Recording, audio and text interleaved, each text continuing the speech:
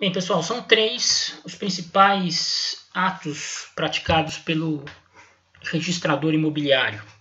São 3 os principais atos do registro de imóveis: a matrícula, o registro e a averbação. Bem, vamos começar pela matrícula, né? A matrícula, como a própria nomenclatura sugere, constitui uma espécie de prontuário do imóvel. É o ato primordial do registro imobiliário. Se porventura o imóvel objeto da alienação materializada pela escritura pública que dá entrada para fins de registro não possuir um registro anterior, uma matrícula naquele, não possuir um registro, não possuir uma matrícula no cartório de registro de imóveis, antes de se proceder ao registro dessa alienação, o oficial deverá providenciar a abertura de uma matrícula para o imóvel. O sistema de registros de imóveis, de registro imobiliário no Brasil, instituído a partir de 1973 pela Lei 6.015, é inteiro baseado na matrícula. Não foi sempre assim. Até 1973, a figura da matrícula não existia no registro imobiliário. Não eram os imóveis previamente identificados em cada cartório de registro de imóveis. Hoje, como é que funciona? Todo imóvel situado dentro da circunscrição imobiliária de responsabilidade de um determinado cartório de registro de imóveis tem que estar matriculados, perfeitamente identificados com um número. A situação é similar, aliás, similar não, é idêntica à situação de vocês quando ingressam na universidade. Quando vocês ingressam na universidade,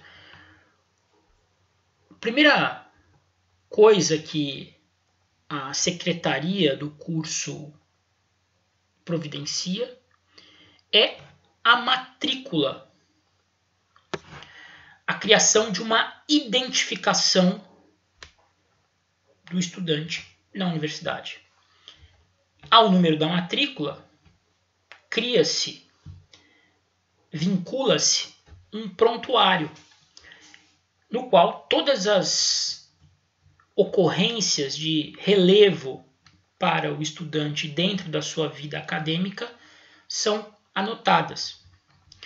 É a partir da matrícula do estudante, desse prontuário criado para cada um dos estudantes, que a universidade, por exemplo, elabora ao fim do curso, ou mesmo durante o curso, caso o estudante requeira, o chamado histórico escolar. Ali estarão registradas todas as disciplinas que já foram eventualmente cumpridas pelo estudante, as DPs que eventualmente ele estiver sendo obrigado a cumprir, as notas obtidas durante toda a vida acadêmica, enfim, todas as informações de relevo, se foi suspenso, por quantos dias, se sofreu alguma punição disciplinar, se não tem punição disciplinar alguma. Enfim, todas as informações de relevo na vida acadêmica estão ali, anotadas na matrícula, junto à matrícula de cada estudante. É a mesma coisa para os bens imóveis. Cada imóvel tem a sua matrícula, tem o seu prontuário, onde são registradas todos os fatos relevantes da existência do bem. Então, toda vez que ele foi alienado, o registro que operou a transferência da titularidade está ali apontado. Toda vez que houve, eventualmente, uma construção no imóvel, essa construção foi averbada. Todas as informações relevantes do imóvel estão ali. Né? E as matrículas, elas foram sendo criadas a partir de 73, à medida em que os imóveis tivessem de sofrer algum ato passível de registro. Vocês ainda vão encontrar hoje, e aí, assim, de uma maneira bem rara, porque afinal já se passaram quase 50 anos da edição da Lei de Registros Públicos, alguns imóveis que ainda não têm matrícula na respectiva circunscrição imobiliária. Isso acontece naqueles casos em que o imóvel permaneceu na titularidade da mesma pessoa desde 73, não foi alvo de qualquer penhora, de qualquer hipoteca, de instituição de usufruto, de qualquer ato passível de transferir direito real de propriedade ou instituir algum direito real de garantia ou direito real sobre coisa alheia. Como passou muito tempo, são poucos os imóveis que se encontram nessa situação. Mesmo aqueles imóveis que ainda não foram vendidos desde então, permanecem há quase 50 anos em poder do mesmo indivíduo, da mesma família, eventualmente acabam tendo matrícula não em função de terem a propriedade transferida, mas porque foram penhorados num processo judicial e a penhora institui um direito real sobre coisa alheia e é passível também de registro, ou porque a família, o proprietário resolveu instituir um usufruto nesse meio do caminho, e o usufruto, como constitui um direito real sobre coisa alheia, também tem que ser registrado. Enfim, a matrícula é a base. Todos os imóveis têm que ter um prontuário próprio, que conterá inicialmente a sua descrição, que deve corresponder à realidade. Nós vimos, caso não corresponda à realidade, precisa se fazer a averbação, a gente vai ver daqui a pouco. E ao longo desse prontuário vão sendo registradas, em ordem cronológica, todas as transferências de titularidade e instituições de direitos reais sobre o bem. Então, assim, R1, registro 1, João, proprietário original, vendeu o imóvel para Pedro, na data de 20 de dezembro de 1984. R2, Pedro, na data por escritura pública celebrada em 20 de dezembro de 92, vendeu o imóvel a Joaquim. R3, por decisão proferida pelo juiz da 5ª Vara Cível de Santos, no processo em que fulano move contra Joaquim,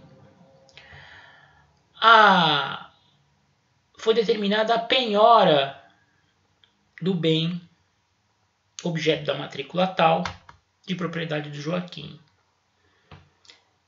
R4. Foi levantada a penhora em função do pagamento da dívida. Tudo vai estar anotado na sequência,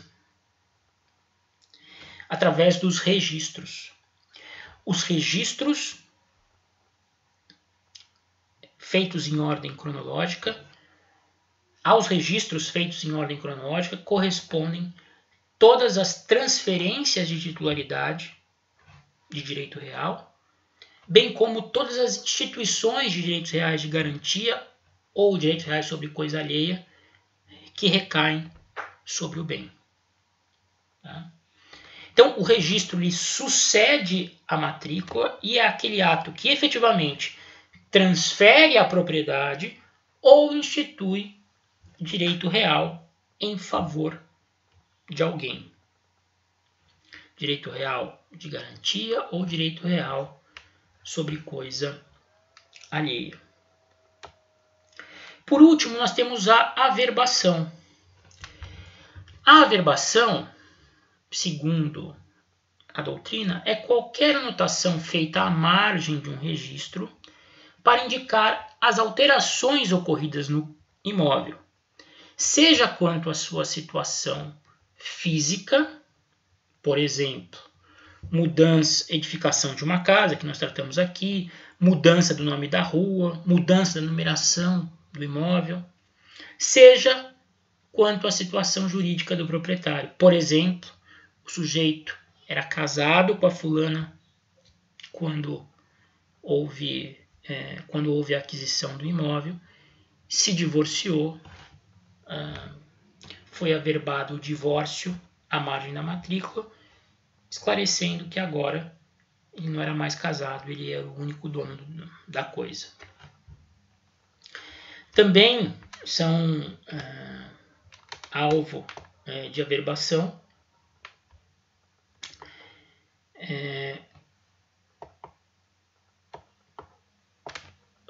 assim, melhor dizendo, a averbação ela recai sempre sobre fatos que são posteriores à matrícula e ao registro e que não implicam mudança da titularidade da coisa ou instituição de direitos reais de garantia ou direitos reais sobre coisa alheia.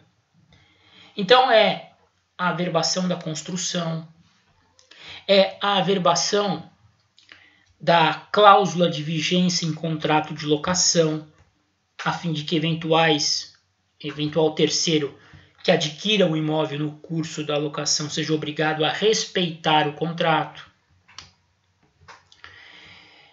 É a mudança do estado civil do proprietário. Era solteiro, passou a ser casado, isso tem que ficar constando do registro, porque tem repercussão em eventual venda que ele faça a terceiro. Mudança do nome de rua. Vejam, são todas anotações que apontam mudanças na situação física ou jurídica do proprietário da coisa. Na situação física do imóvel ou jurídica do proprietário da coisa. Tá certo? Bom, no resumo que eu passei a vocês, eu ainda falo dos livros obrigatórios do Cartório de Registro de Imóveis, que são 5. São livros que se destinam a facilitar a pesquisa, né? Eu peço para que vocês deem uma lida, né, nesse tópico do resumo. E também falo, por fim, da retificação do registro. A retificação do registro pode ser feita extrajudicialmente, através de procedimento instaurado na Corregedoria do Registro de Imóveis, ou judicialmente, através de ação proposta perante o juízo competente da comarca.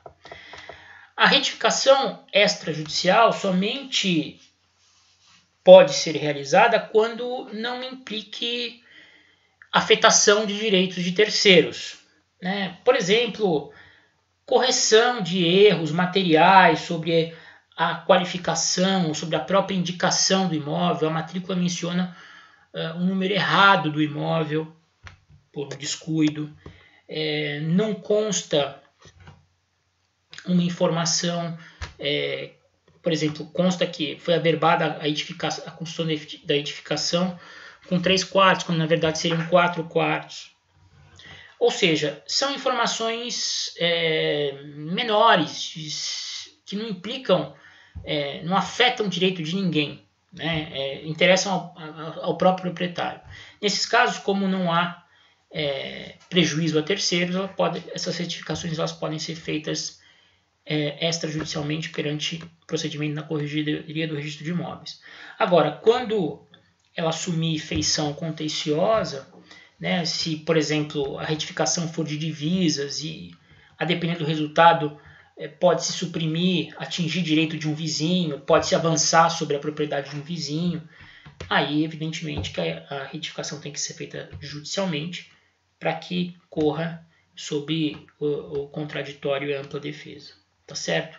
Espero que tenha ficado claro. Qualquer dúvida eu estou à disposição para esclarecer. O tema é muito rico, é muito amplo. Um abraço.